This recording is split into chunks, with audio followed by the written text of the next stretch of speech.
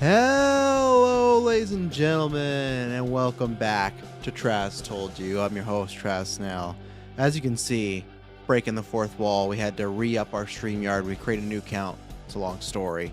Don't have any of the banners. Don't have the big banner starting to anything, so I just got this little thing. And then when I'm not here, that's called Dark Bubbles. Dark Bubbles is what that background's called.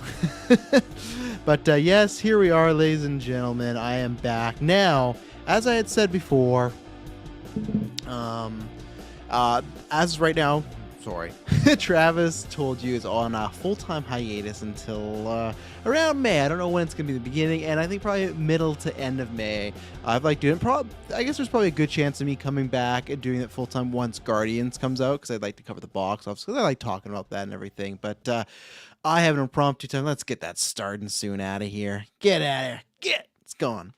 Yeah, I like to act of one of our films, stuff like that. So I was like, okay, I feel comfortable enough. I could do a couple a little bit, and there's stuff I want to talk about. But big thank you to patrons that send questions. Big thank you to people that have asked about the show. You know, I'm happy to be doing it. I'm not happy to be missing it, but we're doing other things, right? So let's just get into it. As always, head down to the links down below. That's everything you need to know. We just dropped a plethora of GeekVerse content early for the patrons right now. 5 hours worth. The X-Men Retrospective Season 3 Part 1. We cover the first 7 episodes, aka the Phoenix Saga. That was a fun time. Bone breaker. That's all I'm going to say. If you're a patron, you know what's up. And man, it was a good time. And if you're not, you can wait till fall, but you get that early and ad-free right now. You can get the Evil Dead 2 and Army of Darkness retrospective, and then soon we got one more Evil Dead to go, and then it'll be Indiana Jones, so that's gonna be tons of fun. And then this weekend you're gonna get a bunch of other stuff. 2 patrons, you're gonna get the originals, which we're gonna just talk about. I think we're probably gonna finally talk about a little bit with this film, not details, stuff like that, but some of our experiences. Me and Taylor, something happened day one, and it was I fought through it, but I was ready to quit, and I was like, all these things we do are cursed, and we'll explain it then. And then we're going to be doing for the bread and butter, a topic about franchise fatigue, and a little about that today. But you have Shazam, obviously, not doing too hot. You had Ant-Man, underwhelmed. You had Mandalorian, which debuted like 20% lower than the last season, and now it's like what is it? It's like the last episode last week was its lowest watched episode yet, and this is all like with the third-party outlets, but still it's kind of this idea we're gonna have like a group conversation, me and the guys, just like, okay, what's going on right now? Is it just timing? Is it just these certain projects? Is there kind of a shift in things like that? Who knows? We're gonna have a good conversation, because both, the 3 big ones, Marvel, DC, Star Wars, not doing too hot right now. But you know what is doing hot? GeekVerse. Head down, like I said, everything you need to know, and everything's there. We're reviewing John Wick later this week. We reviewed Shazam this week, and you can check that out. Thanks to everybody that checked that out. Not one of our bigger ones, but it kind of makes sense from the podcast route, right? It's funny because everything you need to know. I've said that 3 times now. Just go follow the links. We appreciate the support. If you can't support us on Patreon, that's absolutely fine. We understand, times are tough and whatnot. As long as you're listening, we appreciate whatever you listen to. We appreciate you. Thank you very much. Mandalorian's Weekly, stuff like that. So it's funny. Let's get into Shazam. I'm talking about Shazam box office and like the fallout of it this past, because it's been weird. Director saying stuff, star saying stuff, and nothing like they've said really bad things, like a Snyder Cut thing. No. Just it's been a strange past 72 hours, I'd say. So we got that. Going to talk about Affleck finally done with DC. Who knows? Marvel lost one of their biggest producers today. Well, we don't know if they lost or quit or let go or just a mutual parting. Obviously, tinfoil hat, and then talk a little about the Daniels, because I didn't get to talk about Oscars really at all. I do apologize to everybody, because I said I'd do a predictions episode, and I said I would do an after breakdown, and we're just too busy. Like, people know we're filming something, and that's literally 8-hour days. So, and we have the podcast on top of that. So it was just too difficult. I would have no time to, but we'll get into that, because I was pretty successful this year with the Oscar ballot. But so Shazam, right? And that's where it's funny. I have no bearings at all, like saying like, hey, this review didn't do gangbusters for us. And that was kind of like the writing on the wall. But it is funny, and this is where it just seems like the general non-hype of this movie, right? Because we'll have films like, I don't know what it is as far as like, hey, look at Halloween Ends. I'd have to pull the box office, right? Like, let's pull the box office for Halloween Ends. Oh, I closed the comments. Nate Smith, sub Travis. Marvel Studios have completely changed now since Alfonso is gone. It's Shazam over. Very nice, says Bubs. She's been there since the beginning. Nate Smith, we will talk about that, but it is a big change. And it's a thing of like, is it a positive? Is it negative? We'll get to there, but as all the reports as far as, hey, MCU's going through some changes, it is. No matter, and even if it was her just leaving, that's still another big change then. So we'll get there. But I just want to look at like Halloween Ends. And we had talked about this, I think, when the last Travis told you of the new year or the beginning. I put Halloween Shazam. Fuck, that shows how good I can't multitask while I type and talk at the same time. I just want to see its box office, right? So budget was 33 million. Box office 105. So very small. you know, this man, I don't know if he's ever actually popped into a GeekVerse one. I guess it's not really GeekVerse. It's just me. Now saying Travis is wrong. I'm not wrong. I've not said a factual thing wrong yet, Scott. I know it's carrying over to the vodka stream because Scott, check out the vodka stream this last week. The last 2 weeks, it's great because the vodka stream usually goes on for 4 to 5 hours, and it's like 4 hours of like, oh, fun banter. And then the last hour, for some reason, there's like a doozy topic where the lines are divided. And Scott keeps avoiding those doozy topics. So good for you, but it's good to see you there, sir. But here's the thing, and I was talking about this. I don't think it made in our top 10, but look at Halloween Ends, for example. You have something. Oh, now Casey is right. Well, now I'm just getting bombarded by my vodka stream people coming over and just talking about how wrong or right I am. So, hey, me and Casey past 2 weeks have been on the same wavelength, you know. But anyways, check out the show. Check out their stuff. Check out Casey and Scott. They're great guys. I always have tons of fun talking with those guys, and it's always good because as we see in the vodka stream, it's good to talk to people that have different opinions and you come together because at the end of the day, it's just fake fictional fun stuff, right? So Halloween Ends. Back to that. 105 box office, right? Not that great, and I don't think it was in our top 10 episodes, but it did very well for us. Like, and that's where again Halloween Ends was this big debate, right? Of some people saying it's the best of the new sequel trilogy and it's one of our favorite Halloweens, and some people being like, this is an awful ending, awful Halloween movie, yet and it did really good numbers for us. Like I said, I don't think it was top 10, but it did better than I expected for a Halloween movie, especially considering the last ones, right? And that's where Shazam has like done like, I think I always say like our newscasts are always like the above average, depending on there's like an average, above average, a good, a great, and then like a masterful, you know, like that's where like the Batman came out last year, second biggest cast of all time. That's like a boom, you know, second best Halloween movie. S Bubs, hot take. So that's the thing with Shazam. There's just been a general, and I've seen some people like it, I think a little bit more, especially in our Discord, but I feel like it's a general, it's all right, it's okay, it's fine, you know, and that's not a bad thing. And I think where it's getting inflated with the hate is because it's done so little. But that's where for us as an episode, it did good, it did fine. Like it's like it does better than other ones because it is a review, but nothing where it's like if I were compared to probably the last DC few reviews, I don't even know if it's gonna like hit Black Adam. I was like, you can tell usually with Marvel, Star Wars, DC, we kind of have a benchmark of not all of them hit the same, right? Like a She-Hulk isn't gonna do the same numbers as No Way Home is, but we got a general idea of okay, what happens, and it's definitely like below that for a DC movie. And I think that's funny because there's been movies that make less than that are bigger. Same thing again, Everything Everywhere All at Once, gonna be a much bigger episode than Shazam, and obviously it became an Oscar-winning film now, stuff like that. But I'm talking about when it came out, it's just because it had that following, right? So Nate Smith says it's safe to say Shazam is the equivalent to Ant-Man in terms of DC, in terms of movie performance. Yeah, I think it's a little lower because Ant-Man has this reputation that it's underperforming, where Shazam has the reputation that it's bombed, which you never want that. And the argument of if it's a bomb, we'll really never know because some people, you know, as always, you say, hey, take the budget and times it by 2. That's what you need to make a profit. But then some people come back when they go, hey, you know, there wasn't much marketing for this movie, so maybe it's not that big. We don't know. I still go with the, hey, double it. And even if it's not double, there's been some reports like, hey, it might struggle to even hit 2 million, right? With the tracking. It could make a break even or a little profit, but that's not what these big studios are looking for, right? Even for the littler ones, the smaller $100 million ones, they're wanting, I think, a bigger return of investment for something that's tied to a big IP, especially for a sequel. If it's the first Shazam, I go, okay. First Shazam again came out in a tough spot, but still it's like a sequel. And that's the weird thing. Everybody, I think we talked about this on GeekVerse, but everybody, I talked about the Shazam review.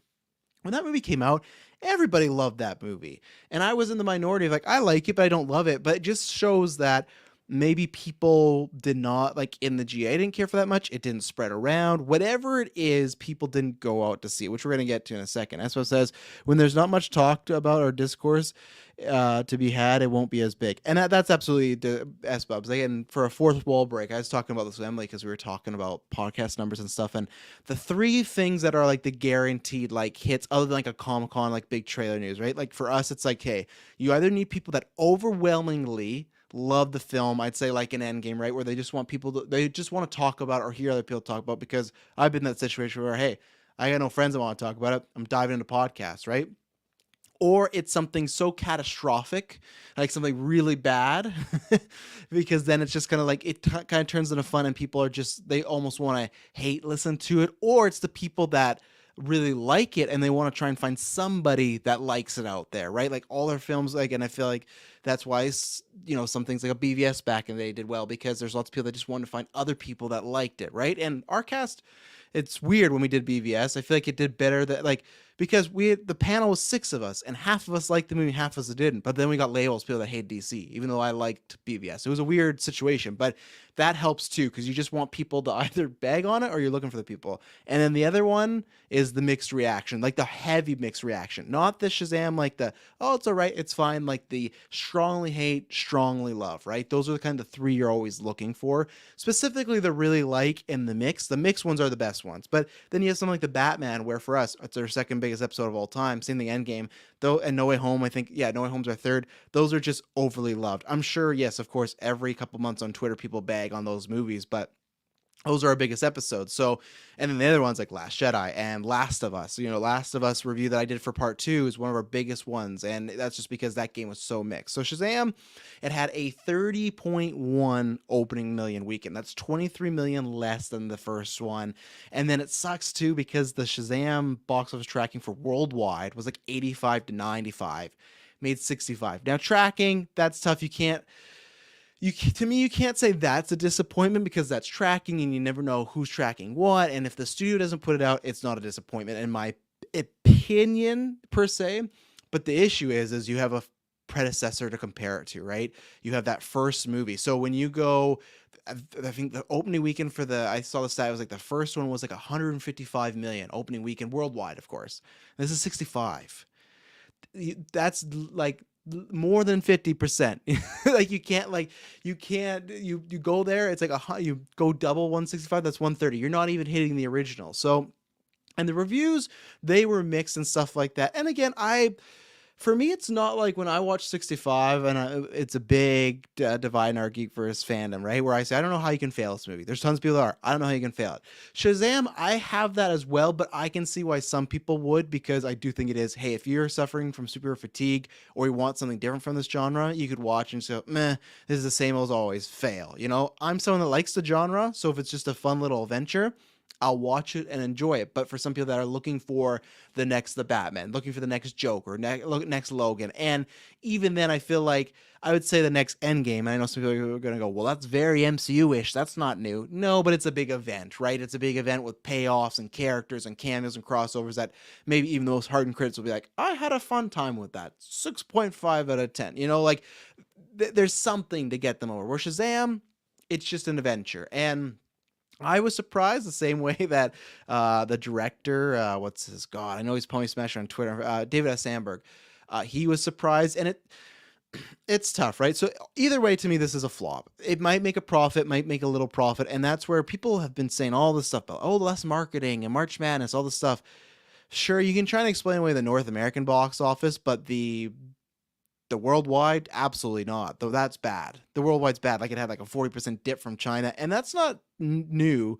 Marvel has been having that too, where they've had movies come up before, and now their second one's like, I can't remember what it was. Well, Ant-Man, right? Did much better before, and now it's dipping there. And there's been a whole theory of why that's happening in China. But alas, it's just not good all around. And the show's called the show's just called Travis Told You, #Travis Told You. I knew it was not going to do well. I felt like there was zero hype. And I know people are going to say like it's Shazam. Why do you think it was going to do well? No, I just meant in the sense of, when a lot of people kept talking about this as like a big release for DC or like a big movie, It's not. And even then, though, for myself, I thought it was going to do the same or lesser than the first one. Now, to me, that still would be bad, because if you want to go up with a sequel, right? It's funny, the narrative of sequels from 80s to 90s, where the sequels usually came out and did less, and now it's like you're expected to do more. So I still thought, if it does the same or less, to me that's not good. I did not expect a 30 million opening, and it kept dropping too. It was like 40, 30, like the projections, right? And then the 30 luckily didn't get down at 25, because at one point there was projections there, but still it's not good. I don't think it's gonna have a second weekend, because I know it's like, oh, well, John Wick, different audience. And I keep hearing this too. And I get it. But people just kept telling me, like, well, second weekend, it's a family movie. It might have some legs. I know what people are trying to get at. Mario is 2.5 weeks away. People, and Scott was in the chat, we talked about some vodka stream. When you go and see a movie with a family, and for myself, and even himself as well, we both have 3 kids, and we both have younger children as well, so they wouldn't be going necessarily, but still, even the 2 and your wife, you're looking at 70 to $100 between tickets. And luckily I have a movie club, so it makes a little difference. But like, let's say just tickets. And of course, kids, they're going to want popcorns and treats. And they don't go to the movies as much as me. So of course, we're always going to get those, because it's like a fun event and stuff like that, right? You're looking at big price tag. People aren't doing that big price tag for Shazam. Mario is a sniff away. And as we talked about some GeekVerse before, the day Mario tickets were announced, there was 25 seats sold up until for our biggest screen here in Kelowna. Shazam, 5 minutes before showtime, 2. I didn't go to that one because I didn't go to the drive. I didn't need it. But like 2 seats were sold. There's just no hype, and family, I don't think that's, I get it that people go, hey, Scott says preach. And that's exactly it. Like, I get it that people say, hey, Shazam has a family aspect, but I don't know if I would classify it as still a family movie. It's still superhero enough. I feel like it's more of the young adult family movie and stuff like that. But even then, I feel like it's in a weird place, Shazam, because I could see some kids looking at that and being like, that's not cool. And I just say this from example, because I like Shazam more as I got older, but I don't know why. It's weird. I didn't like Shazam as a kid because I didn't like the idea of a kid turning into a superhero. I was like, I want to read about the adults. Like, I'm a kid, and I get the idea of, oh, a kid who has powers, but it never struck with me. And I feel like the way that some of the people, or I'd say specifically Zachary Levi, who I think does a great job, the humor can be kind of a little bit immature, and when it is for the younger audience, they might look at it and go, meh, that's not something really funny to me. Where you have Deadpool that's acting immature, but it's F-bombs and sex scenes with Thanksgiving food and stuff like that, right? So it's tough. Let's go to the chat here, because people are popping off some stuff here. S-Bub says, I think it's lower in China numbers in general. Megan just released there and did barely anything. Then again, it's months later and already online. And that's the problem with some of these movies, right? S-Bubs, I can't remember, it was like Black Panther that I think made some money, but people are like, well, it's coming to China. But it had already been out, and it's like a public knowledge thing that they just bootleg movies, right? And the same, I'm not gonna lie. When Saw, and people are gonna be like, Saw, when the last Saw came out, what was it, the Book of Spiral, whatever it is. What the hell was that called? It wasn't Jigsaw. It was Spiral, the Book of Saw. When that came out, and they said, hey, Canada, we don't know when you're getting it, and we didn't get it for like a couple months, I found a way. Now, when I had a chance to pay for that movie, I did. I gave my hard-earned money. I love the Saw franchise. I did. But you weren't going to stop me, and I didn't want to be spoiled. And if there's people like that in China that, hey, you don't know when Black Panther's coming out, I want to see this movie, I'm going to find a way. Especially sometimes they sell these things on the streets, Nate Smith says, I'm actually getting tired of people demanding movies to live up to standard of a post-movie set. Sometimes a movie just needs to be a good one, and that's on its own. I agree with you, but I think that's tough with the superhero movies. I'm completely fine with, we've talked about this on GeekVerse, like I'm fine with like a 7 to, like, I guess 8's higher, but like a 6 to 7 movie, that's fine. I can enjoy it and stuff like that. I think it's just in the day and age where you're getting 7 comic book movies, you're getting Disney Plus shows, you're getting announcements all the times, casting, this actor's going to the MCU, this actor's going to DCU, It's in the mind frame where I think now and we're going to talk about this with the guys on the weekend, I don't think it is the fatigue yet. I think it's just that people are going to get more choosy. And what I said is why I like Joker and WandaVision, and to a sense the Batman. I think now we're past that point. We're in the experimental time where you have to be different. Now, the general comic book movie, unless you have a big star and a big sequel, and even then, like, I don't know who I would name, but you need to be different for people to latch onto you, because now they have a backlog of just tons of superhero movies. Like they could go see Shazam, or they could just go watch one of those ones that like on HBO Max or Disney Plus, right? Because there's so many to choose from, so many variety of actors and actresses and stuff like that. And they might go, I'll just wait because that's the other thing. They know, in a couple weeks, in a month, especially if the movie bombs. I feel like if people hear it's not doing well, and the general audience wouldn't, but I know our audience, if they hear it's not doing well, you're just gonna go, I'll wait till streaming because you know it's gonna be on there soon. There's some movies that it'll be, can't remember what it was, and I don't think it was Airplane with Gerard Butler, but something recently was just like 13 days later, already on streaming, and it didn't even do that bad. But the fact of the second a movie doesn't do that well, the studio just gets cold feet and they go, throw it on streaming, which is strange because then a lot of people just fucking torrent it and spread it around and stuff. So it's tough, and that's why you have to stand up. But I get what you're saying, Nate Smith, that, and I've seen that argument that people say, hey, this movie deserves better. And I agree to an extent, but I'm not surprised because I just felt like everyone kind of gaslit me with the first one of telling me how great it was and how this is going to be a big hit if they keep going and people can like latch onto it. But apparently nothing happened. And again, that's my worry with Spider-Verse. Is Spider-Verse, you look at the box office, not huge. Luckily, we got part 2 and 3. It did have a Netflix bump, but at the same time, it's coming on a busy summer, and it could just be a thing of, well, we watched it on Netflix, we'll watch the second one on Netflix. You know, it's really tough with all this stuff. Summer Hansen says, I feel like the Mario movie is going to kill every single other movie as long as it's in theaters. Hey, that's why I'm jealous of Taylor having that pick. I agree with it. I think that is the movie to beat this year, and it would be interesting if we have 2 years in a row where a comic book movie is not the number one movie, right? And I think that's a good case of happening because I don't think it's Guardians. I could see Mario beating Guardians. The only one is The Flash because people, of course, even myself, say, hey, could you get the Top Gun effect with Michael Keaton? But we have to see same thing. They're very bullish on this movie. They're very happy with it, but it's in a busy time. In that same month, you got Spider-Verse, you got Indiana Jones, and there's something else too. So it's just like, and maybe Indy bites it as well, and that's where I've been right on 65 because I said I was looking forward to the movie, but I was gonna eat it. It ate it. It made like 10 million or something opening weekend.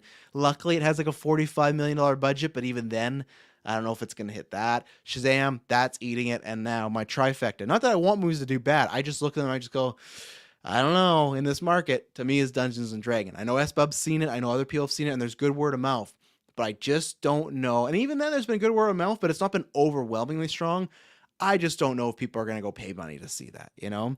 Nate Smith says, not saying when a movie sets a new standard is bad, just movies can be good on their own instead of competing with to be better than other ones. And yeah, that's the tough thing, right? When you got some, when they come out, and I feel like people do it with Black Panther, where they look at Black Panther Wakanda Forever, and because it's like lower and not as good as the first one, it's like a failure. But it's like, well, the first one was lightning in a bottle, and I still like the second one quite a bit. I thought Coogler did a great job, but I think it's just tough with the superhero genre with that, as far as, hey, you got to be great. You got to be great to notice and everything like that. So 3 badly reviewed comic book movies reviews in a row: Quantumania, Shazam, and Guardians. Let's see, 3 badly reviewed comic book reviews in a row, from Quantumania to Shazam to Guardians, will be a huge talking point. Oh, you're saying if Guardians was, let's see, if anyone else says it was Magic Mike. Was that I can't remember what we're talking about, but that ate it too. That was another one that, like, same thing. I was talking about this, Emily.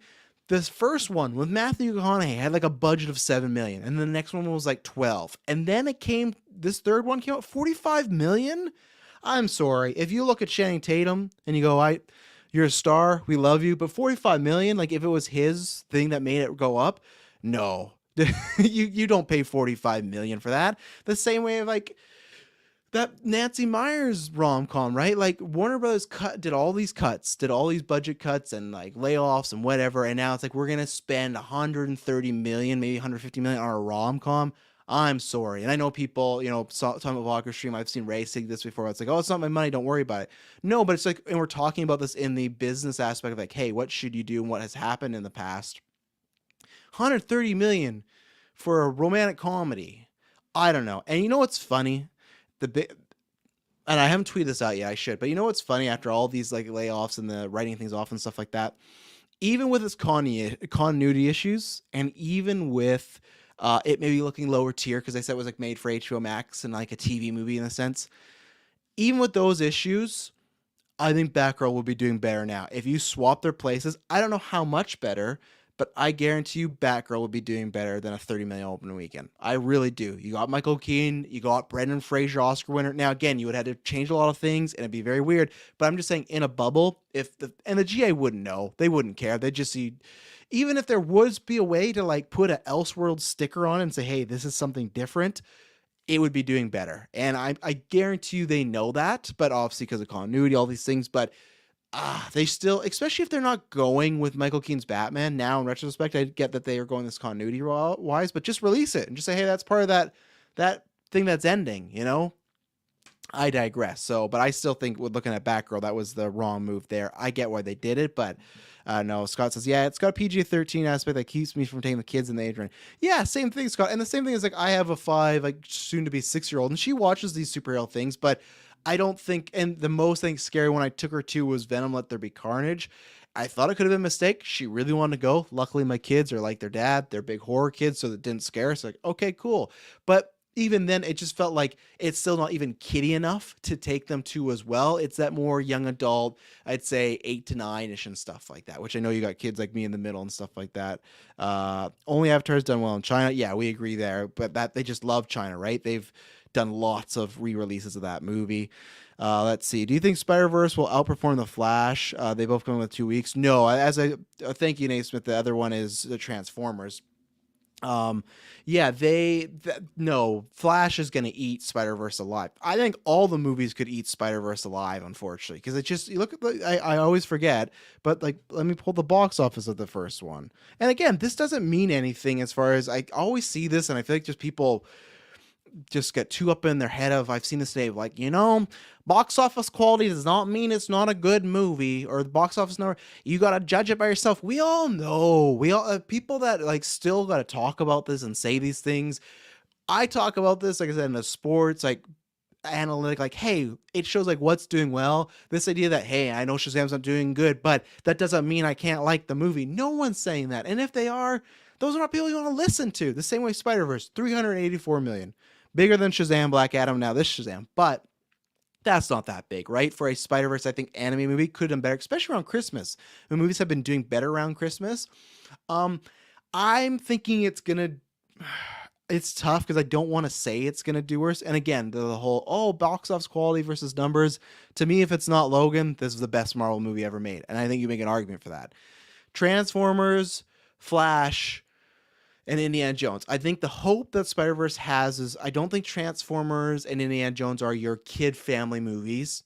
Flash could be though, right? Because I know I showed Gwen, who's 5 years old, and the Flash trailer, and she goes, I want to see that, like right away, right? And even my second, who's 3 to gonna be 4 soon, she's starting to like want to see more superhero stuff, and it's kind of thing like, I don't know if I want to take her because that could be like a longer movie, but we'll see.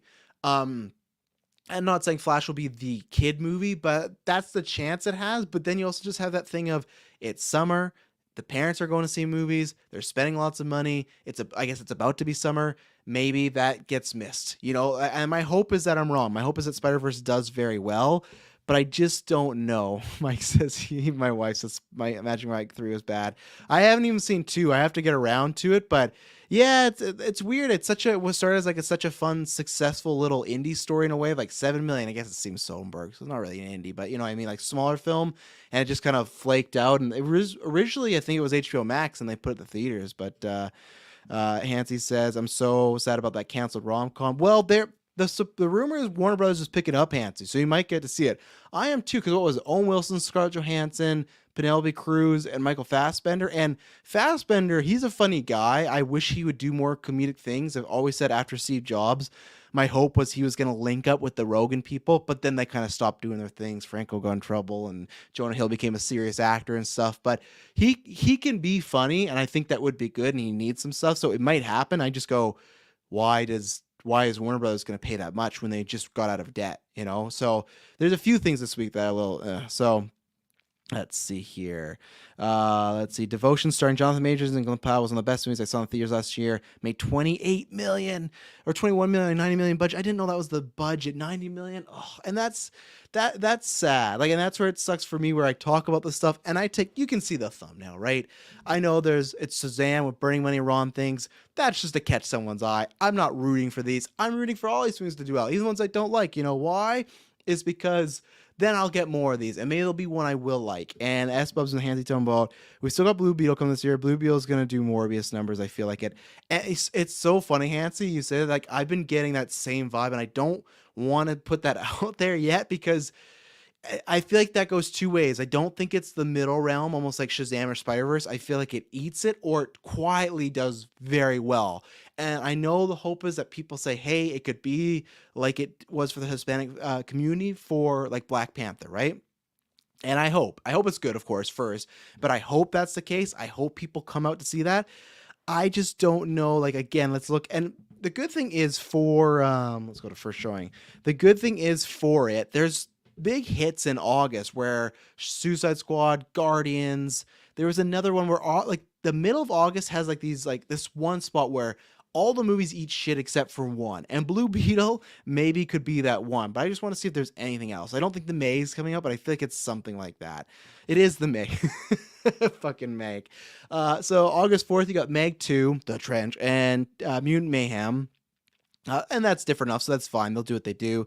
Gran Turismo, Blue Beetle, and then they listen. So I think it has a chance. It is posed to be, it could be a hit. It could be. I'm just not confident enough. I feel like what I need to say is, or what I need to see is that trailer. Because to me, that was the biggest thing in the Shang-Chi was in the August. Yes, was in the August. It was. I'm trying to talk about non-pandemic movies because that's so tough. Because same with Shang-Chi, where people say, hey, that could have been like the Asian community for Black Panther. It could have been, or could have not have, right? I think it wasn't it Crazy Rich Asians that came out and people thought, man, this movie's going to do fucking great in China. And it didn't. And all the people were like, yeah, it did do great because we already have movies like these. We don't need it. Now, the idea is, okay, China, Marvel superhero new, but they have, like, go look at some of their films that are in top 10. They're like superhero action-esque, So, let's see. And it was in September. Yeah, you're right. But yeah, I guess like late August. I know what you're saying there. Devotion should have been delayed to next year and would have performed a little bit better. See on the game, I'll disagree. I think it was going to do that no matter what. And I guess the majors bump a little bit, yeah. But if it's not 21 million, it gets like maybe 31, which again, like you said, a little bit better, sure, but I don't think it breaks even and stuff like that. So let's take our first ad break, and then we'll talk about some of the fallout too and everything. So we'll be right back.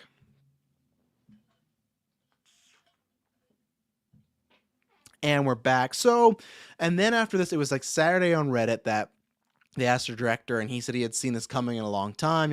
I imagine just the tracking. I don't think people are going around like, hey, man, your movie's not that good.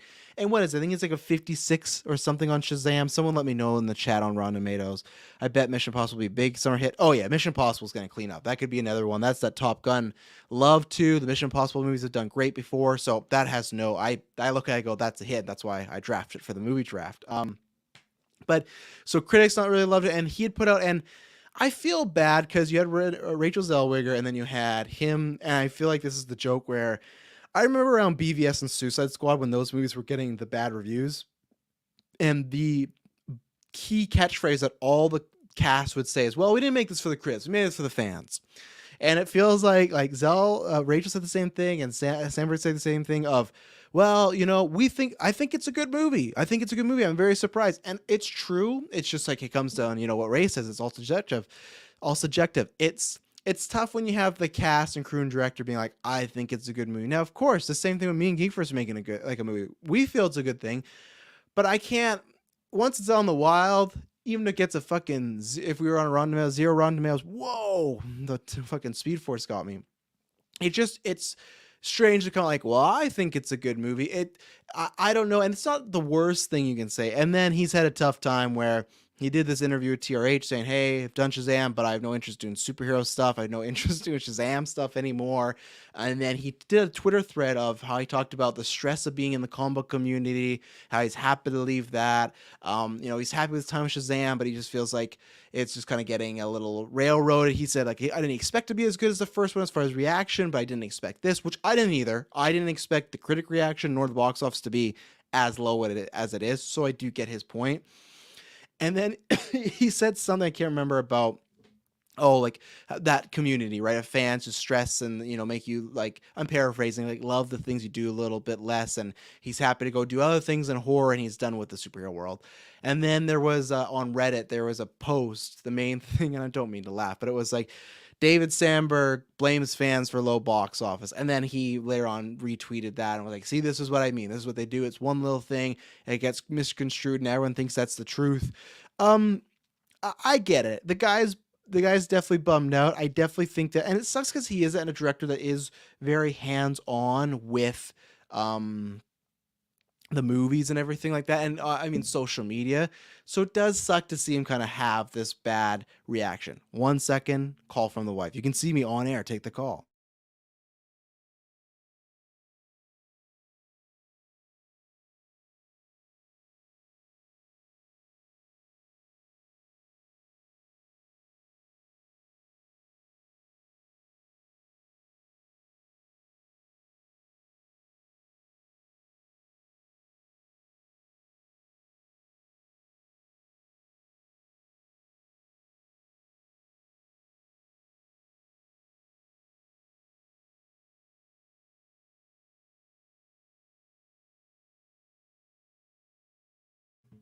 It was a grocery call order because we do online and she won't know what's on there. I digress. So that sucks to see, and I don't try to. I told this to GUA and I tried to like word the best way of like I just said like he should leave, like get out of there, and that's like a bad way of saying of like, well, leave, your movie bombed and this, get out of here, just don't care anymore. That's not the way I mean, and not like just don't like brush it off. I get it, but I just mean like maybe just take a step back and take some break. Get off social media too. And I'm not saying this is a way of like when people talk about gun, like, oh, get off social media. I mean, like for his like mental health, like stop looking at it, try to avoid it. And I know it's tough, but it feels like there's just kind of like a damage control, and it feels like an article comes out, then he tweets something, and then something gets spun, and then he tweets something else out, and then nothing gets spun. It feels like it's the boat sinking and they're putting a bunch of patches on it. Even Rachel saying that, it's like, I get it, stars do have to promote their movie, but it's that kind of like, well, I guess people don't enjoy fun anymore. It's like, people enjoy fun. It's like that's like a weird kind of statement to say. I don't know. It's just odd in that sense. Zachary Levi's coming out and kind of like saying that a certain section of fans, because he doesn't like other comic movies, don't like him and stuff. And I feel like he's in a roundabout way trying to be like, well, because the Snyderverse fans didn't get behind me. No, this is remember, like, how many times have like the Snyderverse, and this is just online Twitter, so it's not the mainstream, but they're like, we're gonna boycott this movie.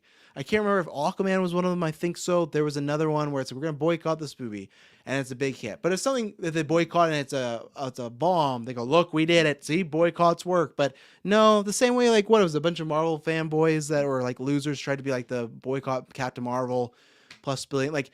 That doesn't work. That online stuff, it's not real life. It's not reality. It's fairy dust. And so for Levi to kind of be like, hey,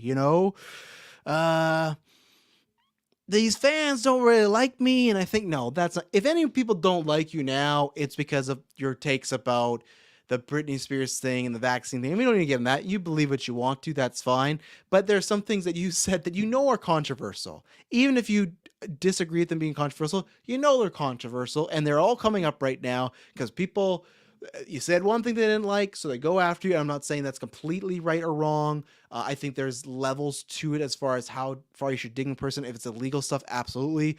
But technically, Zachary Levi was not saying anything illegal. I'm not defending the guy. I'm just saying he wasn't doing anything illegal. He's just expressing some of his rights. Some of his rights that I don't agree with, and I think, that's a bad take. Like some of that stuff with the Britney Spears, like, not cool. So I feel like he's lost some of that, but I don't think the GA turned against him because he didn't like the Zack Snyder movies. I don't think that has anything to do with it. So I'll pull up some Patreon questions because there was some questions from the patrons, which I thank you very much for those questions about this topic. And SBF says he got to start on social media and YouTube. I think he'll always be on it.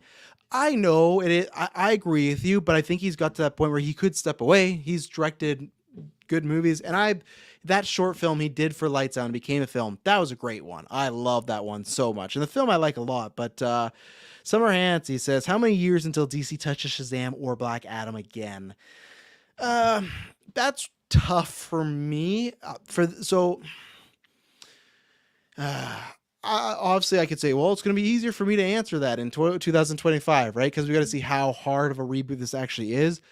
But so just going with what I have now, it's going to be a while. I really think so. And I do think there's a chance you could do some multiverse stuff and bring them in. Even then, I think it's going to be a while.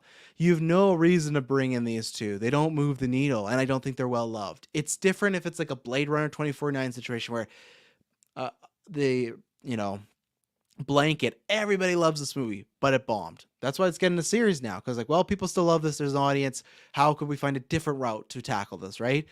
These movies didn't do well, and I don't think they're that well loved. I think you get the odd people that really, really liked it, but most people say, they're meh, or they don't need them, right? So I think it's a while. So for these interpretations, not ever again, if not for a long time, to a multiverse, type of No Way Home scenario. And not saying they're going to do a movie with 3 Shazams, and then they'll bring that Shazam in. No, I just feel like, okay, who could we get to do, like, if we talk about Secret Wars, right?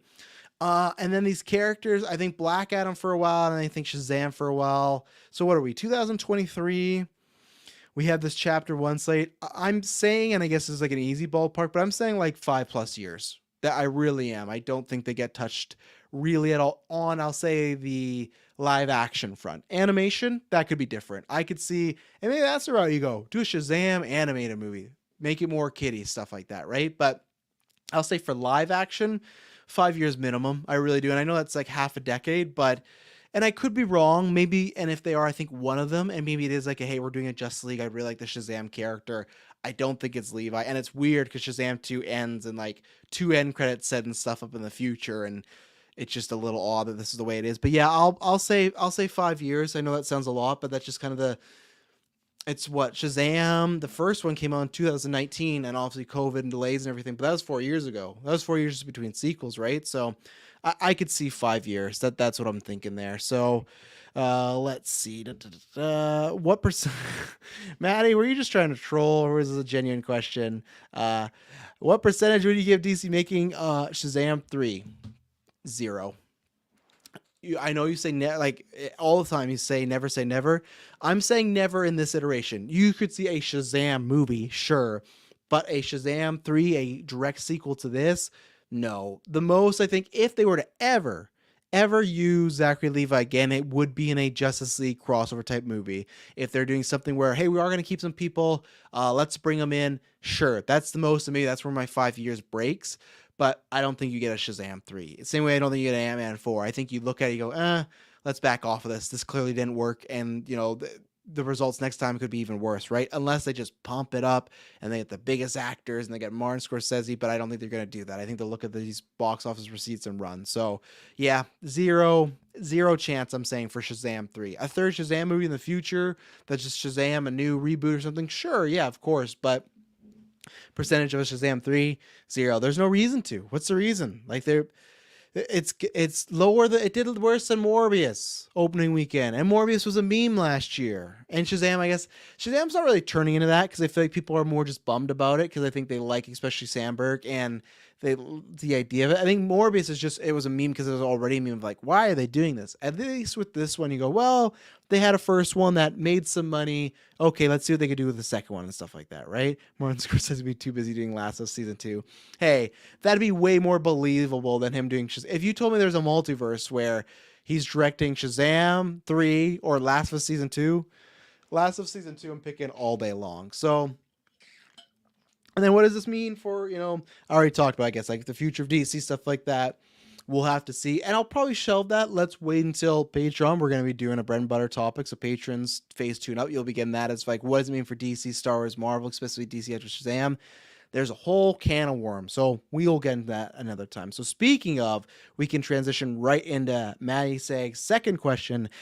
If Affleck is off the table, what any other directors come to mind you personally like to see tapped? I think you said tabbed, but I think it should be tapped. I don't know. What is the expression for some DCU films? Just bugging you. Ready to kick your ass this weekend, Maddie and Mario Party. Get ready. Patrons, we're doing after 9, but it is also a Mario Party games night, so we're going to be talking and also playing games at the same time, so it's going to be a good time.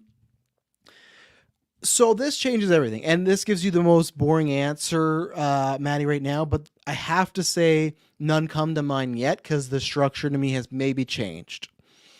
And like you said, not James Mangold. That's kind of semi-confirmed.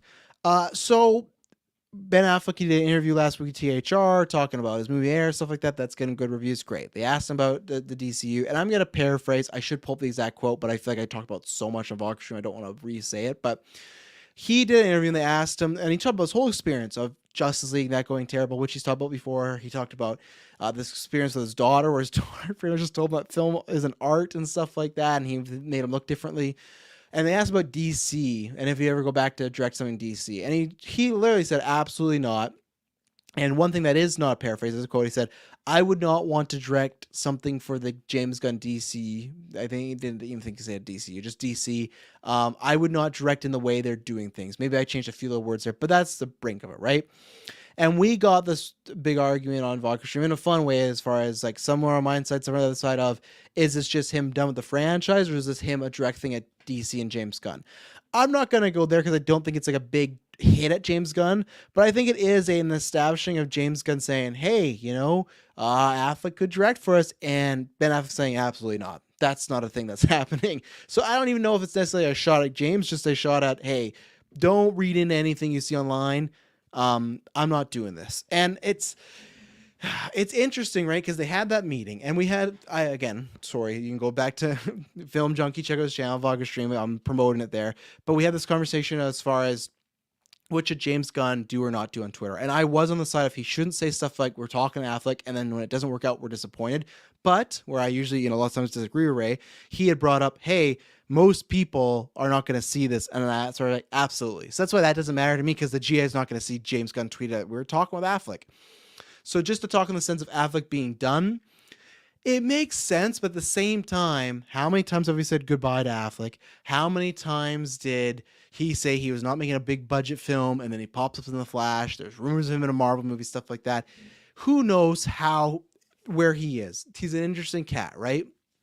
Now, what I can say is, much like Shazam, Travis told you, I did not believe this, and I'm not saying I was alone in this, but I did not believe this for a second. I did not believe he was directing Batman. I thought maybe the smallest chance something DC related, but I didn't even believe that either. I just feel like it's something they talked to him about and flirted with, but really, did he want to commit to that? No. And he said this in his article, right? Like, he's done with those type of movies. Now, the thing, and this is where, to answer Maddie's question of where I don't know now, did his phrase of saying, I don't want to direct movies the way they're doing them, is that just the general sense of, and this is what we debate about on Vlogger Stream, this is what people debate on Twitter, and I was probably on the other side of it. But the first argument is, okay, he just doesn't want to do comic book big budget films. That's point one. Or the way they're doing things. My point was, how many actors, directors, writers have said, something similar to, I wouldn't want to make anything the way they're doing things about the MCU. That to me sounded very much like hey, they got a system. And I'm not saying it's exactly like the MCU, the jokes, the structure, but the team over there, they have a do's and don'ts list. They have this has to happen, this has to happen, you can't do this. You can do this, but X, Y, and Z also has to happen. They have a slate. They have a bigger slate than Marvel did when they were starting, right? They have a chapter 1 with, 8 projects or something like that. So that is I don't know, worry, but that was the idea of, okay, if James Gunn's talking to, at the time, right? Mangold was rumored. He pretty much confirmed himself. Affleck, Drew Goddard. There was like another name in there too, where it's like, oh, they're talking to all these people. Look, they're getting some directors. That's one thing I want in my top 5 things that I want from DC, right? I want the same way. I get why Marvel does what it does, and no offense to them, they got to start somewhere. But I don't want Thunderbolts to be directed by a music video director. I would like it if it was somebody that had a big take and someone that's been around the block a few times that can give something very special. And maybe this guy can, and that's bad on me. And I'm even somebody as a starting filmmaker. It's great that these guys are getting these starts and everything, but at the same time, as a fan, it doesn't give me much confidence because it's like, you guys just need someone to like literally just kind of direct the line while you have to. It's literally just, I don't know. Other people are coloring in the photo and the director's saying, yeah, that's good. Yeah, that's good. Like they're just there to make sure it gets done. Right. And I don't want that for Marvel, really. They're doing that already. So it works sometimes, works doesn't. I don't want that for DC. So when Ben Affleck says, hey, I don't want to do things the way they're doing things, that to me is like, and more other people thought that too. And I feel like that's the worry. And that's just why, for me, I'm completely fine with that. I just want the Elseworlds. I'm fine if the DCU is this full-on gun has control, Saffron, you got to do this, there's a plan, there's a structure, you can come in and put your style in the movie, but it still has to be this. I'm fine as long as we keep getting Joker 2, The Batman, something new. My worry is always, as I've said before, Joker 2 ends, the Batman trilogy ends, and then the Elseworld ends. And that was just a title for that time period, right? So I think he is done. And the other thing was like he's starting a production company, so it's just like, when would he have time unless the movie, like it was producing Brave and the Bold, let's say? But even the description of his company when it started didn't sound like it would be making Brave the Bold type films, be more like Air. So if you had to ask me, I think he is done. I don't think it is going to happen. And I'm not surprised by that. It's a bummer, but he had his time. I will always be mad that we never got that Ben Affleck directed Batman because that's all I wanted when he was announced, even more so than him. And I was fine with him playing Batman, but I said that will at least get us to Ben Affleck directing a Batman movie. And we never got that. We almost did again, but not really. And again, I don't think it is like a strike against James Gunn there, but I think it is a separating himself of no longer am I DC, especially with Air coming out. I had said this before. Does he want every fucking reporter to ask him, hey, we've heard some stuff about you directing a DC movie? Yeah, but I'm here to talk about Air. I know, but the DCU is starting. This to me was to come out and just say, listen, that's not happening. You asked me about it, I'm going to say the same thing over. That's a clear answer. And I hope his agents, everybody, same way when he has like, what was it? Michael B. Jordan on the red carpet for Creed 3. When they asked him about the Superman TV show, his agent, she went, nope, not happening. Sorry, he can't answer that. Or we're not going to talk about that. It was shut down fucking like that. That's what Affleck needs. Or shut it down himself. Just be like, and Tarantino has this before too, and I respect Tarantino that way, where of course there's, Tarantino can be a brass guy, but at one point, of course, talked about like the violence in his movies, right? And I think it was about gun violence. And he had specifically gave a long answer. I don't know if it was a article or interview because I think I saw it, and this was years ago, like breakdown of the words. And it was years ago. And he talked about his points of why X, Y, and Z, his films don't, it's like the Scream thing, don't affect people. The movies don't create psychopaths, that sort of thing, right? And somebody tried to bring that up on him again. And he said, I've answered this before. And they kept going. And every time, I'm not answering it. I've answered this before. And they go, well, what's your stance now? And he's like, my stance is the same as that interview. And you can go look it up. And the guy looked like an idiot when he did that. And that's what these people got to do. And I know that's when you don't want to be rude, but this is the thing. When you're Tarantino, when you're Ben fucking Affleck, if he's a little rude in an interview, just saying, hey, I don't want to talk about this for the 100th time, no one's going to say, fuck Ben Affleck. What an asshole. It's like, no, people keep asking about Batman. He asked about DC. So to me, this was another sign as well, too, of like trying to shut that down. Like, I don't want to do this press tour talking about Batman or DC. So we'll see what happens. But anyways, Ben Affleck done. I'm excited for Air. Excited to see what that could be. Hashtag not my DC Ben Affleck. Oh, and you can go and watch stream, hear my thoughts. Then Ray Fisher had to tweet out, and I hate the stuff he puts out now. It's just very petty and just very trying. You can feel like it's trying to like rally against Gunn, and I don't know. But I'm excited what Affleck does. I'm excited to see what else could happen down the line with DC. And like I said, and the other point of like the DC thing is who's directing the first thing for DC? James Gunn, right? So I need to see more of the directors they do hire. There's rumors about Drew Goddard. Great. James Mangold's teasing it. Great. Let's get some confirmation. Let's get some, on the set date, stuff like that. Then I'll be with it. It could just be that Affleck with his history, like people have said, like we were talking about with Ray, that, yeah, it's just comic movies in general he doesn't want to do. Big blockbusters he doesn't want to do. So that doesn't mean every great director's off the board. And as I said, the one I want the most is Guillermo del Toro for Justice League Dark or something like that. So I need to see more of the announcements. For me, the biggest ones is going to be, for me personally, of course, is Brave and the Bold, because I want to see who you get for that, and what style is it, stuff like that. So I'm curious, and we'll see if it's a bunch of other directors that you haven't heard of or James Gunn's friends, and you go, okay, these are people just kind of in line with the message. So we'll see. Let's see. Nate Smith said, I know I said let's see like 18 times, so I'm sorry that happens. It's like interviews keep milking the same question for the audience so they get what they want. And that's what they do, right? And I do understand that, where Ben Affleck directing Secret Wars, that'd be massive. That would be quite a swing. I'd love to see that, as far as one day he's saying not DC and then he does that. But I get it, right? You got to do the same thing with us. You got to hit headlines while they're hot, but with the interview, and that's where, to me, I don't put it on the interviewers, because that is their job. Some people specifically said, hey, you're sitting down with Ben Affleck, ask this, make sure you ask about DC. And the interviewer go, well, he's talked about this, and I've talked to people like that work in that industry, same thing, like, no, you got to ask this. So to me, it's not on the interviewers. That's their job to do, is try and get that clickbait, try and get some clicks, a headline, Ben Affleck confirms blank, right? It's on Affleck and his team to shut that down. And I'm thinking that's what this was. So let's take an ad break, and we're going to be talking about some Marvel news and some shifts around going there. So we'll be right back.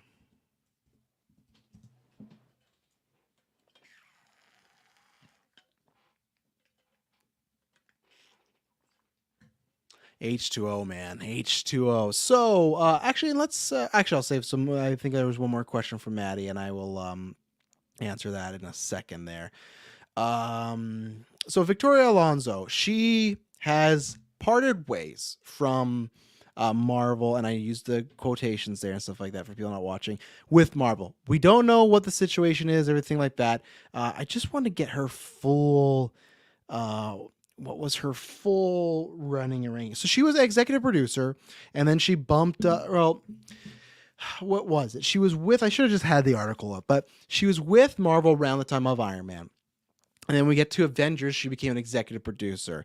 And then after, like I said, I'm paraphrasing, I just don't want to pull the article on there, so I'm sorry, I messed that up. But the thing she was in 2020 when she got promoted, and the thing she was ahead of was physical media, I think.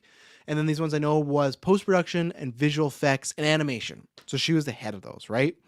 And yeah, like the name says, the production, post-production, and FX. And here's the thing, it's tough, right? Where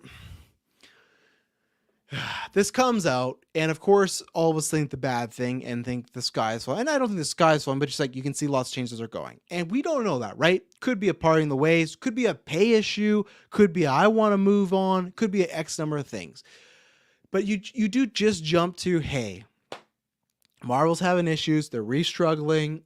And I again, there was this like narrative that Phase 4 was such an issue for them. I really don't think so. I think there was cracks in the foundation, but I don't think it was this big thing like, man, we got through Phase 4. Whoosh, it's like they are very successful. WandaVision, No Way Home, Loki, Doctor Strange. You're not going to, even Black Panther, you're not going to tell me that they don't look at Phase 4 as like, after the pandemic, a success, right? Could it have been better? Sure, of course. But to me, it's still a win. Then Ant-Man and the Wasp: Quantumania happens. It's funny, we were talking about Casey earlier in the stream, and he tweeted me today. He said, look at what happens. You give them one bad review, and all of these changes happen. And it's true. I've never failed a Marvel project, and I had to here. And so it's just, we don't know for sure. And maybe it is reading into nothing. But the fact that the person that runs post-production and FX is gone, wow. Some of the biggest issues that I feel like us as fans, critics, and rumors have been around post-production and FX. We've heard this multiple times, but look at Quantumania. And I don't think this is like I don't think the FX is what brought it down. Sorry, let me change it up. That's not why I failed it. It didn't help it, but I don't think that was the main thing. But we had heard this. Effect artists were taken off that to go towards Black Panther. That shouldn't happen. I get it that Black Panther's the biggest one. It's a sequel sent off to Chadwick. I get it. But you should have it spaced out where, no, each movie gets its day in court. Each movie gets its time, not, we're behind. Sorry, Ant-Man crew. Take you off, move you Black Panther. And this is, I can't remember, but we've heard this before. This happened to other films, right? And then we've heard rumors and even some stuff. I feel like, I don't know if it's in interviews. I don't even know if Feige said, but I feel like some people have said, like, talk about shorter post-production cycles and how rushed they were, right? And we've just heard that a lot from just rumors of like C plus scoopers, even other ones like that have put out like, yeah, these post-production cycles have been short. The turnaround's been too quick. And then the other one is animation, where this has been less so. But remember about 6 months ago when a lot of scoopers were saying, hey, Spider-Man freshman year, and it's not even a scoop. They did season 1, and it was announced they were doing season 1 too. The people that did season 1 for freshman year were let go and laid off for season 2, and we don't know about what season 2 happening now. So the rumors from the scoopers and stuff were, hey, there's issues happening with animation, and not all these shows might make it. And then for the real life was, hey, people from these shows are getting let go. Shows are getting delayed. What If got delayed? What If might not even be this year? Freshman year, I think, is late next year. Like, an X-Men supposedly still dropping this fall. Check out our retrospective, but there was still a time where it's like, that might not be till next year. So that's where it's tough for me, where I do get people's points of, hey, don't say the sky's falling yet. We don't know what the reason is. Absolutely, we will probably in a couple months or even a few weeks of knowing, hey, what's going on. But this is a big cog for a person that's been there from the beginning and an executive producer to Avengers. And this was somebody like the people that always get referred to as like, hey, under Feige, it's always Luis Esposito and Victoria Alonso. Those are always like the right and left hand, right? The fact that, like Ash and Evil Dead 2, a hand has been chopped off, that is concerning. Now, you could go the case of, hey, we've had these issues with post FX animation, this getting chopped off. Maybe this is the good thing. Maybe this is a new person. But that's where it is the maybe admitting, hey, there was issues in the past with the stuff, and this is saying, hey, we got to do better, and I don't know what it is, and maybe it's not. Maybe it is just a coincidence, right? I am going to be more on the devil advocate side of saying, when there's smoke, there's fire, and to me, it's just, it's odd. It's odd that all the people like myself and others that have talked about these issues, and the person that's the head of all these issues is now gone right after Ant-Man, where it was a critical mess. It was a box office underperformance, and fans, I feel like, are, I'll say split. I'll say split. I don't want to put my own bias. Definitely split of bad to good. Maybe I've even seen like a little more good in there. But it's at a time now where you've had this, and you've had a couple other films that are a little rocky, like Eternals, but it's tough too because like the box office was in a pandemic, so it's hard to know how it's going to happen, right? So I feel like now we're seeing, if it did happen because of changes, they're making pivots. They have to pivot now, and they got to make cuts and make changes, and this is it. And there's sometimes where, and there's been other scoopers too that said that she's part, and it's not just her, but there's other people maybe taking advantage of FX artists, and she might have been involved that, right?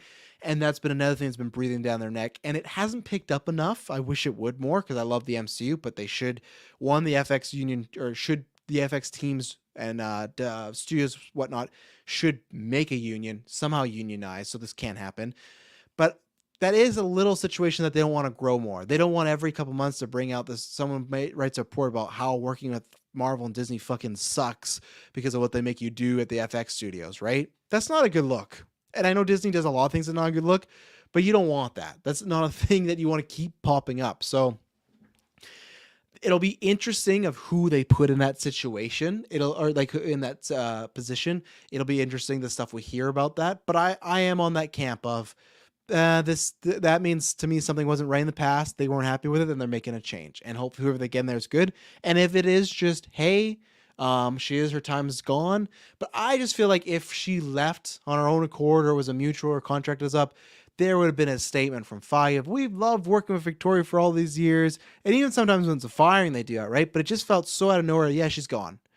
And obviously for them, it's not out of nowhere. There's probably conversations and deals cut, all this stuff. But for us as fans, it's not like I'm fine with she's out of there when it's the nice statements and stuff like that. And even then, you could say, this is all bullshit. So it's a big loss, and it sucks because, like, don't want people to lose their job if it was that state. And she's obviously done some great work. She is a big hand as far as the MCU being successful. So it's not always just Kevin Feige. So she did a lot of great things for this brand and got to where it is. But if it is starting to slip, now's the time to make a change. It's that game plan of, I always talk about I think I've talked about this Ant-Man and the Wasp with boxing, right? MCU was a person that would always win their fights, sometimes just by straight Mike Tyson knockout. And maybe they take a couple pepper shots, maybe they could take hit, but they never got knocked down. Ant-Man and the Wasp was the first time they got knocked, or Ant-Man and Quantumania was the first time they got knocked down. They got up, and the 10 count didn't happen. They're not over. But now the thing is, Guardians is coming up, and maybe they feel better about that. But I think if you're in a boxing match, once you get knocked down, you don't want to get knocked down again because you don't know if you'll get back up. I don't think that's the same for Marvel. I think they could get knocked down a couple times, and Deadpool 3 would come out and kill it. A Spider-Man would come out and kill it. Avengers would come out and kill it. All these things, right? So all in the game says 18 projects in 22 months is the main issue, not any one executive. The first Black Panther had people taken off at work for Ragnarok, Ant-Man Wasp, Infinity War. Yeah, and that's the thing, like that's been going on for a while. And luckily though, to your point, all in the game, that's like times where they like got the wins, right? Good critical reception, lots of money, fans mostly happy. When it's the reverse, then they start looking, okay, what could be the issue? Well, maybe it's the post-production. And I agree it's not one executive, but if there is multiple problems that were going on, right? Let's say it was this animation problem, FX a problem, and post-production problem, and she's the head of that, that's where you start there. It's not just one person, but that's where other people might like go, who knows about Louis Esposito? I hope not. I don't think Feige. I think Feige goes forward. I still think he has like a bigger job at Disney one day. But eventually someone has to be kind of the fall person, right? And they might look at Victoria and be like, yeah, she's going to be the fall person and we're going to change it up, hopefully. So sucks for that. We'll see what happens in the next little bit. And yeah, hopefully nothing but good times for the MCU coming up and we get back to that good old gold standard. Am I right? So, and then finally, I'm going to take a drink here, but finally, our last topic, a mini one, but I will get to Maddie Say's question right now is a Patreon question. You can join our Patreon at any tier, phase 1 to phase 4. You can send in a question. Maddie's question about this was over under 6.5 total John Wick's film. Why'd you say 6.5? I guess you meant over 6 or under 6. They said they're taking a break after this. Because I want to make sure I'm wording it right. What, let's see, you said over under 6.5 total John Wick films, or if you're meaning the spin-offs, I think we could get to 6. And if you're saying like the over under just a percentage, I would say, funny enough, a 6, I'd give it 60%. If you're talking 5, I'm saying like 80, 85. 6, let's see what happens. Let's see what Keanu gets into as far as like other films, but I could see 6 happening. He said he's going to take a break now. And he is getting older, but I just for some reason 6 I still could see happening, but 5 I think for sure. And I do think with this character, I don't know. I think they'll go as long as they want to, and then I think with Keanu, when he's done, they'll kill the character off, and maybe you have spinoffs in the world, etc. But I feel like he's the type of character that you love him because he's Keanu, you know, and you don't want to see anyone else like pass the torch down a reboot. They could try it and it won't work. So I feel like you'd have to find someone as unique as Keanu. But I think six will happen, and I'm excited to see it this week. It's almost 3 hours, so I love when movies are 3 hours. I hope it's good, especially as someone that didn't love part 3. I'm hoping to love part 4 like I did part 1. So I'm hoping for a good time. There'll be a GeekVerse review of that. And then finally came out today, big shout out to Big Screen Leaks. Our One Take News, they posted their scoop of the Daniels, the Academy Award winning Daniels are going to be directing 1 episode of the Skeleton Crew for Star Wars Disney Plus. And they got confirmed by Hollywood Reporter. Now, of course, it's Star Wars. There's a showrunner. There's a script. They can only do so much. It's not like them showrunning a show, right? But the idea of them directing an episode, this is maybe my most anticipated thing that has ever been on Disney Plus, maybe other than Obi-Wan when that is coming and stuff like that, right? And even a little bit of Loki. This is so much fun. I can't wait. I think they are going to show their style on it. And it's fun because they got pitched Loki. They turned down Loki. So it's fun that they're still having these conversations. I'm not someone that's saying, hey, they do need to go do a Marvel, Star Wars, DC. Like, look, get these directors do. No, and they already have a first look deal with somebody. But stuff like this, come direct an episode in a world we love.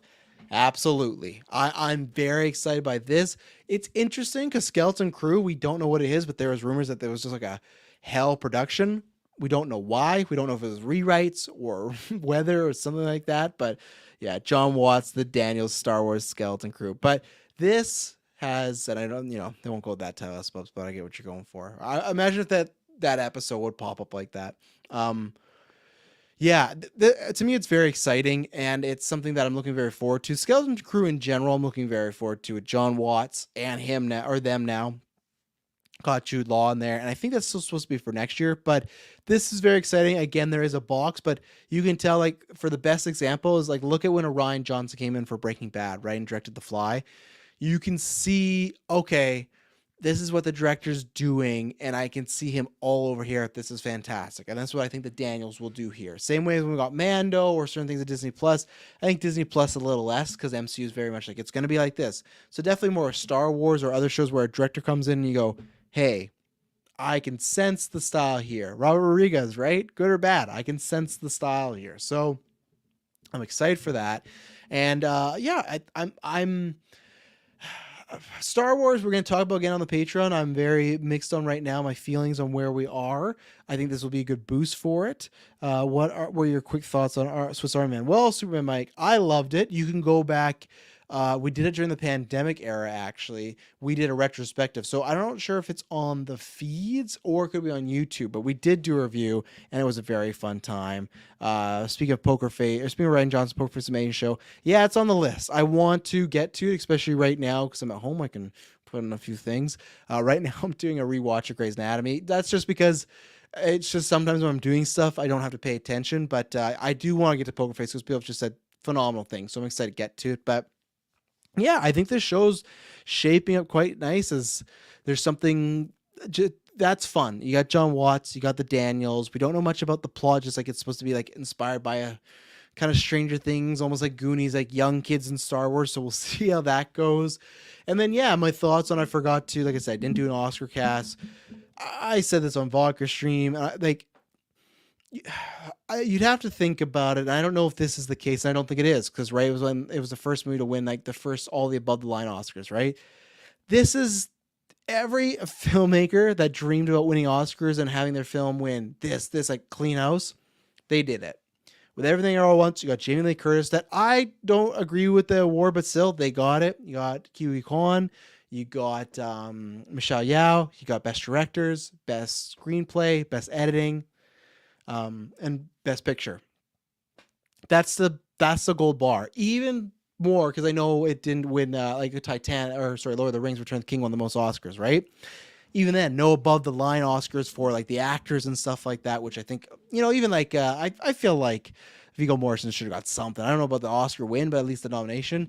It's such an impressive feat of what they did, and it's just crazy of where it happened. Like from South by Southwest to March, and it came out in March so long ago, and it was so fun. I'm so happy that I was alive this area to see like the rise of this film, the word of mouth. I'm so happy that like I loved it, like I said. And hey, we didn't talk about this, but first ever Golden Geek and Oscar Best Picture winner are the same movies. That's a fun thing, and I'm happy I voted for it in the end. It was tough for me not to vote for the Batman. You can go back to the Golden Geeks winners, but yeah, I was a pig in shit that night. The Academy Awards are not everything. If they would have lost, it wouldn't have changed anything. I still would think it's the greatest movie of all time. And I know that's hyperbolic. It's only about for 1 year, but I just look at it, I go, it's just perfect. It just hits everything you need, every genre, every feeling, every emotion.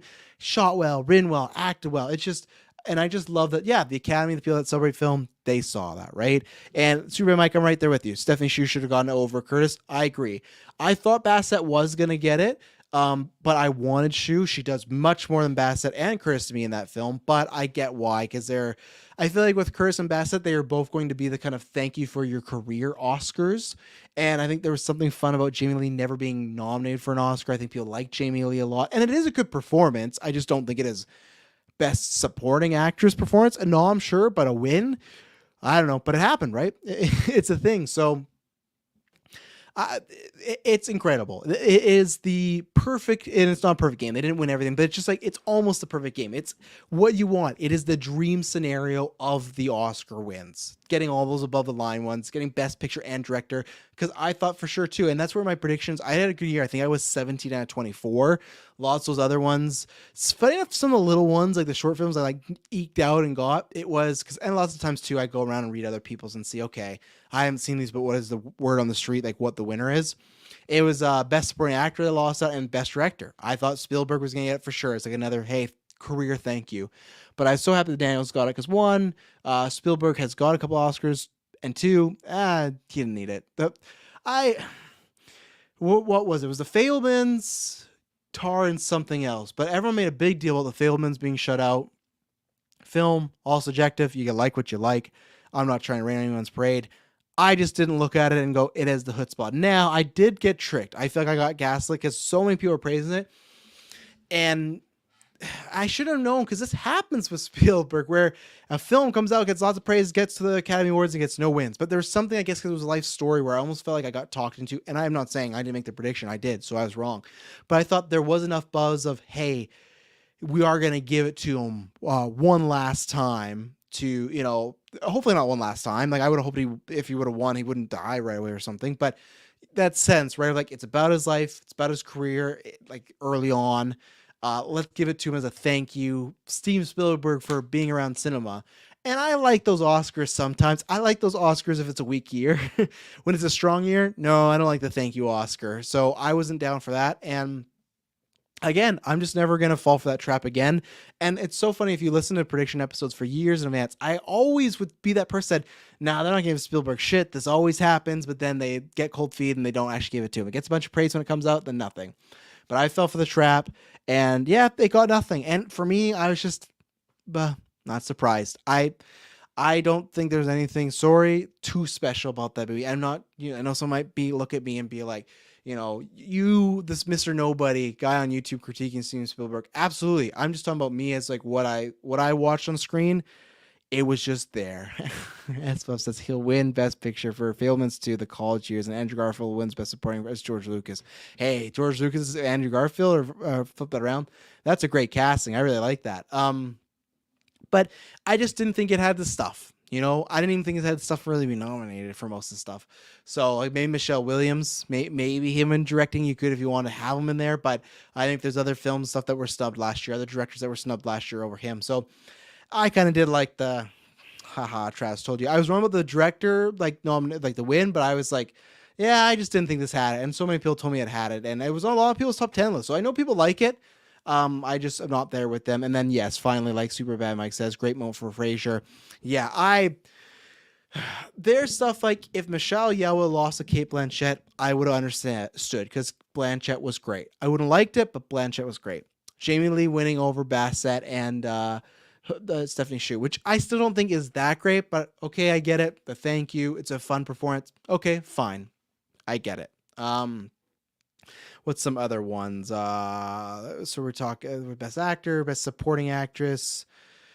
We talked about that. Who am I missing? Best Supporting Actor. Ki Kwan, that wasn't going to happen. But my idea is, I think Nope should have won every award, although Quiet on the Western Front won. I could agree with you. I actually absolutely agree with you. I think for the most part, and I think like even then, like Jordan Peele should be in that director category more than Spielberg. But I agree on the Quiet Western Front. I don't like. It's a war film. I think it's hard for war film, like superhero films we talk about, standing out. And, I think I've just seen the best war films. I don't know if there's anything more you can do with that genre until more wars happen, unfortunately, or if it's like something fictional. What was I going to say? Either way, to me, there's other categories where you could see something wins, even animation, right? Pinocchio won, but there's some other, like, let's say Puss in Boots. And I was cheering for Puss in Boots. I know Pinocchio's going to win, but like, I'd be like, okay, that one, but I could see that winning. Butler for Oscar, and I see you in the chat there, S-Bubs, and you were bugging me that night. It's like, oh, just get ready for that win, and didn't quite happen. And for me, I'm not sure if you've seen them well, so maybe you're on the other side. For me, it's just I'd heard the praise and the buzz, but I still want to see it for myself, just like Fableman, because I thought, okay, hopefully this buzz for Fableman's, I'm gonna go watch and go, wow, I do love it. I get what everyone's talking about. Yes, I didn't have that. So with The Whale, I'm like, okay, what's gonna happen here? Put it on. It was VOD, got it, and I was blown away. And to me, Frasier was in a different stratosphere than Butler was. And that's, to me, that's not to put down Butler. That's to raise Frasier. To me, that's how good Frasier was in that role. Butler did a fantastic job as Elvis. Tons to do in that film. Very energetic, enigma, charisma, all that jazz. But the performance that Frasier gives, and I thought too of like, I've seen Frasier. It's one of those performances where I've seen Frasier in dramatic stuff. It's just like how was he this good in this role? Like, it's one of those times where an actor where you kind of have a bar of like their acting quality, like, oh, they're really good or charismatic or they're just likable, but you kind of know where they can get, right? The same way as like, for my example, Ryan Reynolds, I don't think he could give a Oscar winning or nominated performance, right? I could be wrong, but that's what I think of him. Same thing as Brendan Fraser. That, oh, he's a good actor. He's enjoyable. I love him. Rick O'Connell's one of my heroes. George the Jungle. I was a massive, massive Brendan Fraser fan as a kid, and I always have been. I still love those Mummy movies. But at no point did I think, oh, that guy could be an Academy Award winner. And it's a combination of directing and writing, all that good jazz, right? But I never looked at him like that. So now I watch The Mummy, I'm like, man, Rick O'Connell is Academy Award winner. So that's very fun. And to me, when he gave that performance, when I watched it, well, I was like, one, it lives up to all the hype, and two, I was like, I didn't know he could just fucking do this. The same way, different scenario, because Heath Ledger was a very good actor, but when he did The Dark Knight, the same, I've always said this. Whenever I see The Dark Knight, I don't see Heath at all. I just don't, the voice, and that's why I go look up. There's this deep fake that someone did a couple months ago of like taking the makeup off and putting Heath Ledger's face on. It feels so weird to me. And this you can realize because you see Brendan Fraser, but I didn't think Heath had that level of talent in him. Like, he was already uber talent, but that was like another level. Same thing as Fraser here. So I just thought when I saw him, like, there's no fucking way. Like, and again, if it would have happened, it's just the Oscars. It's for fun. But for me, I was like, there's no fucking way the Butler can win over this performance. And I'm happy for Fraser and Butler. He got nominated here. He's in Dune. He has a long career. I think he'll be back there. He could even win one. Okay. He's a long time Fraser. Who knows if this could ever happen again? It's a comeback story. It's a sentimental favorite too. So let's see. I don't know if I'll ever see The Whale. Nothing I've seen from the movie has made me want to see it. Oh, it's fantastic. And I guess it's also different, I know, for you, because I think there's two things, right? Because S-Bub's a little younger. One, you didn't grow up with Brendan Fraser, so it's kind of like if you can think of you're like an action hero you liked, or female, whoever it may be, there's like a nostalgia there for me, so I always follow what Brendan Fraser does. And two, I think we've talked about this before, that you've not seen much of Aronofsky's films. That's why. If you start watching Black Swan or The Rest or Requiem for a Dream and you really like that, then you're going to want to see The Whale, because then you're going to get upset. Same way when you saw Evil Dead 1 and you became a bigger Evil Dead fan and Sam Raimi, that's what might get you there eventually. So no rush, just wait. It's very different. It's not as trippy as Aronofsky, but there's some Aronofsky-isms in there, as far as he's some brutal script and there's some like wincing parts. Not gross, just like the way people deal with each other. And the movie overall, I really, really liked as well. So I don't think like maybe my top 10. I think I have ranked in my top 20 for 2022. But yeah, so maybe I end up talking more about the Oscars than the Daniels. But hey, I'm fucking stoked that they're directing Skeleton Crew episode. That's going to be lots of fun. So that's it for me today. Like I said, nice impromptu Trash Told You. Don't expect too many more. I might do something for WrestleMania, probably around that season, but that would just be a wrestling one. So sorry if you're not a wrestling fan, there might not be a Trash Told You. Maybe there'll be some other news thrown in there. But Superman Mike says, worst win was All Quiet winning for best score. Should have been the Batman, which wasn't even nominated. So I agree with you. It should have been the Batman, but then in lieu of it, it wasn't the Batman. It should have been Babylon. The fact that fucking Voodoo Mom was not an Academy Award winner. Yeah, doesn't make sense. I'm with you. The two biggest winners should have won, and it went to All Quiet. So, but yeah, thank you to everyone that tuned in. Like I said, too, the way I'm working, sometimes I'll be able to do these a little bit earlier, so that can be fun, more interaction with the chat. Thank you to people that listen to this afterwards. And yeah, when you hear from me next, which will be from Mandalorian Episode 4, it'll not be boring.